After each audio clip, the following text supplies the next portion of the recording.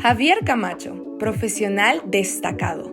Cuenta con un doctorado en Economía y Administración, maestría en Estadística aplicada a la gestión empresarial, maestría en Administración de Empresas y licenciatura en Economía. Desempeñó roles directivos en instituciones educativas como el Colegio San Agustín y la Universidad del Valle. Su experiencia se extiende a la enseñanza en programas de posgrado y pregrado en diversas universidades del Sistema Nacional de Universidades.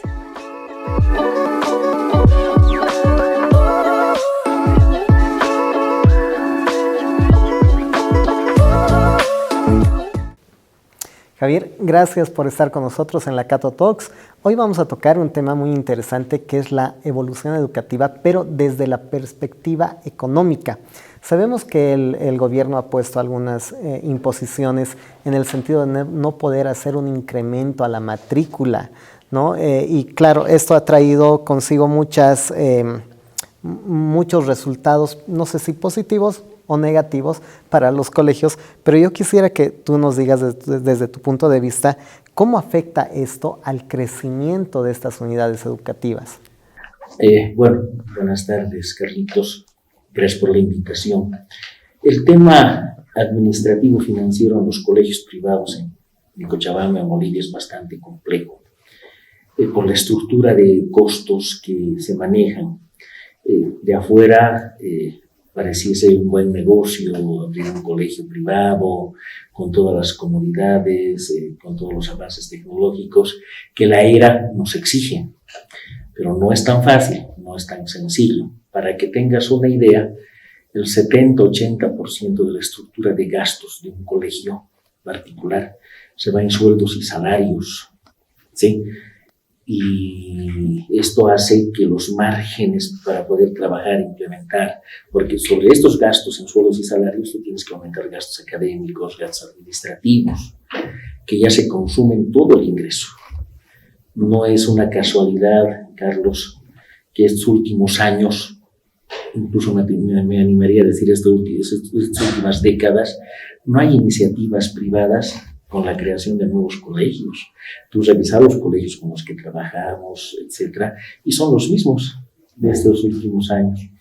Pero si tú te fijas en universidades, por ejemplo, ha habido un gran avance en la parte de infraestructura, en la parte tecnológica y todo lo demás, justamente porque no existe una regulación tan fuerte como la que existe en los colegios.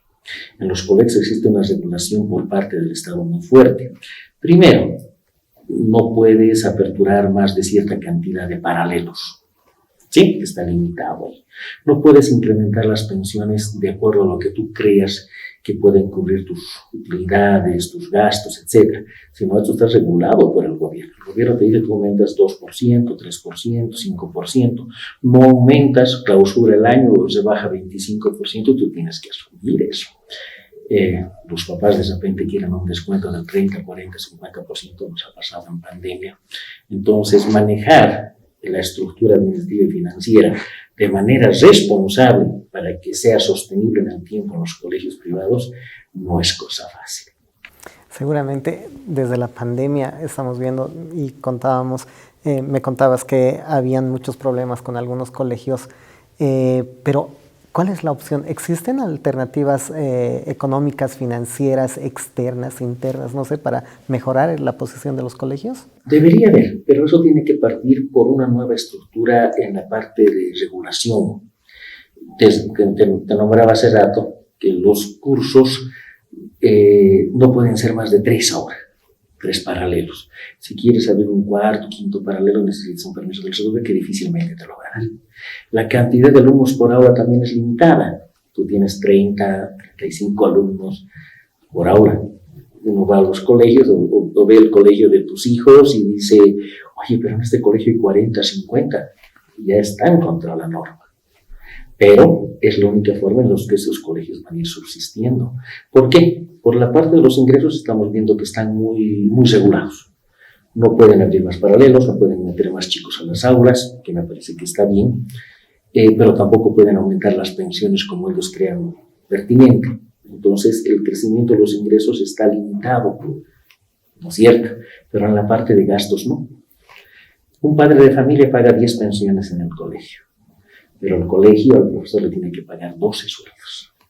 Ya no hay algunos contratos que son por temporadas, por el primer semestre, el segundo semestre, o la gestión, no, son contratos indefinidos.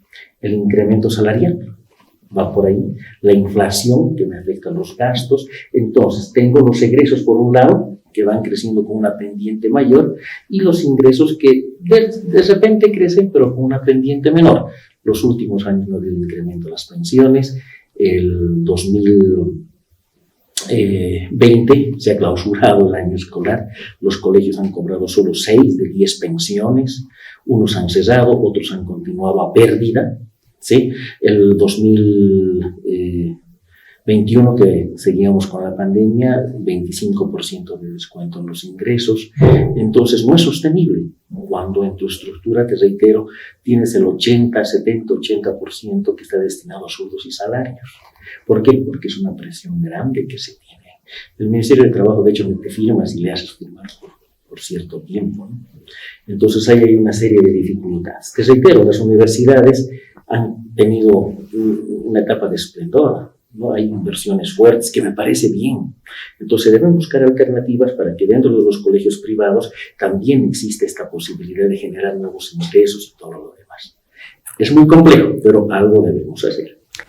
Ahora, Javier, es claro, diferente hablar de un colegio de trayectoria de 30, 40, 50 años que posiblemente tenga una solidez financiera, pero los colegios más jóvenes, los colegios pequeños, como tú mencionas, que pese a que tienen ya una regulación de no incrementar el número de estudiantes, ¿qué hacen aquellos colegios que tienen solo un paralelo? O sea, ¿cómo afrontan esto? Es bastante complicado, Carlos.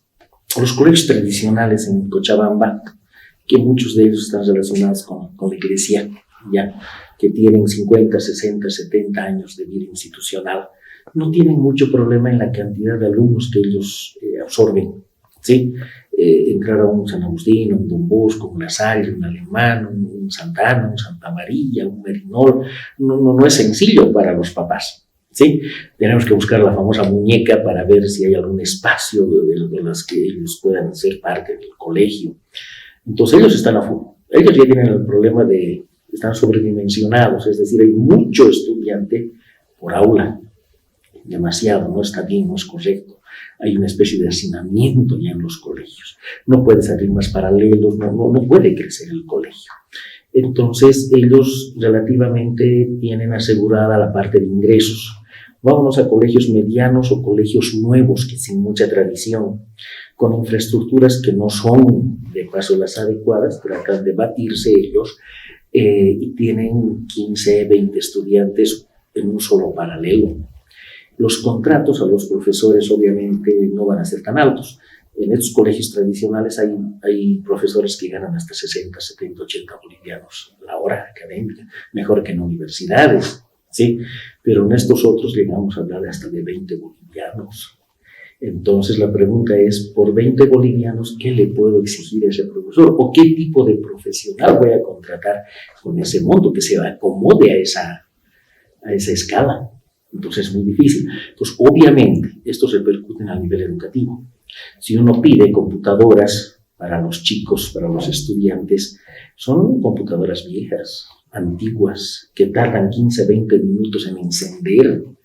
Tienes que apagarlas, entonces el beneficio para el estudiante es mínimo, no hay la reinversión. Hoy en día deberíamos estar hablando de un nivel de educación de primera con laboratorios modernos de matemáticas, de química, de física, de biología. Conozco colegios tradicionales que tienen la tecnología de que donde salió bachiller y eso es hace muchos años, pues no hay esa mejora, pero tampoco existe pues la posibilidad de generar un ahorro tal que permita a estos colegios invertir en este tipo de infraestructura. Entiendo que el más perjudicado en esta situación son los estudiantes, porque sobre ellos repercute no tener accesos a laboratorios, a equipos que permitan estar a la par de otros países. Pensar hoy en día en que en un colegio te estén enseñando Word, Excel, PowerPoint no es posible, no debería ser así.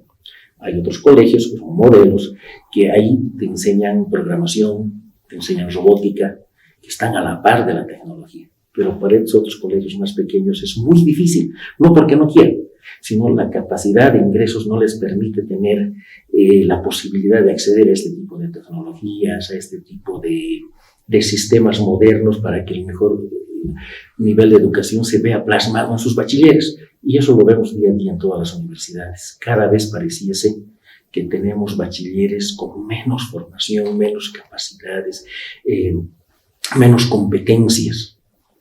O la universidad recoge estudiantes de todo tipo, bachilleres que han sido muy capacitados, que están a la par de la tecnología, por un lado, niveles de inglés y todo, y hay otros al otro extremo. Entonces, ¿qué pasa en las universidades? No podemos darles casi lo mismo. O estos se van a sentir afectados porque les estás dando menos de lo que ellos deberían saber y a estos les estás dando de más. Entonces ahí hay un problema estructural muy grande que como país, como educadores, nosotros debemos ser responsables de buscar talleres, debemos buscar alternativas para que esto pueda fluir de mejor forma en pro de la formación de estos nuevos estudiantes que están entrando a las universidades, ¿no? De hecho, el panorama es bien complicado, pero ahí te hago una consulta desde tu experiencia y desde tus proyecciones también. ¿Cómo tú ves el futuro? ¿Cuáles son las perspectivas, pese a este panorama tan complicado que lo planteamos? Al principio de esta conversación, Carlos, decíamos, las universidades han ido creciendo, se han ido abriendo, abren paralelos, abren canchas de fútbol, abren coliseos, modernos laboratorios y todo lo demás. Mencióname un colegio que se haya abierto la última década en Cochabamba. La última década. Sí, no. Bueno, ¿no? O sea, con una infraestructura envidiable, con laboratorios, con aulas, no hay. Vamos más allá, 20 años. Y tampoco encontramos respuestas. Son puntos, son casos muy aislados. Entonces pareciese que ya no hay incentivo para que el sector privado, por ejemplo, invierta en este tipo de iniciativas. Hablar del sector público es más complejo todavía. Los recursos son muy limitados y hace que pues, las alcaldías que están a cargo de mantenimiento, por ejemplo, el Ministerio de Educación con la apertura de nuevos colegios, nuevos intentos, tengan barreras muy grandes ahí. Dato estadístico, el 90% de los estudiantes en Bolivia están en colegios fiscales. Solo el 10% están en colegios privados.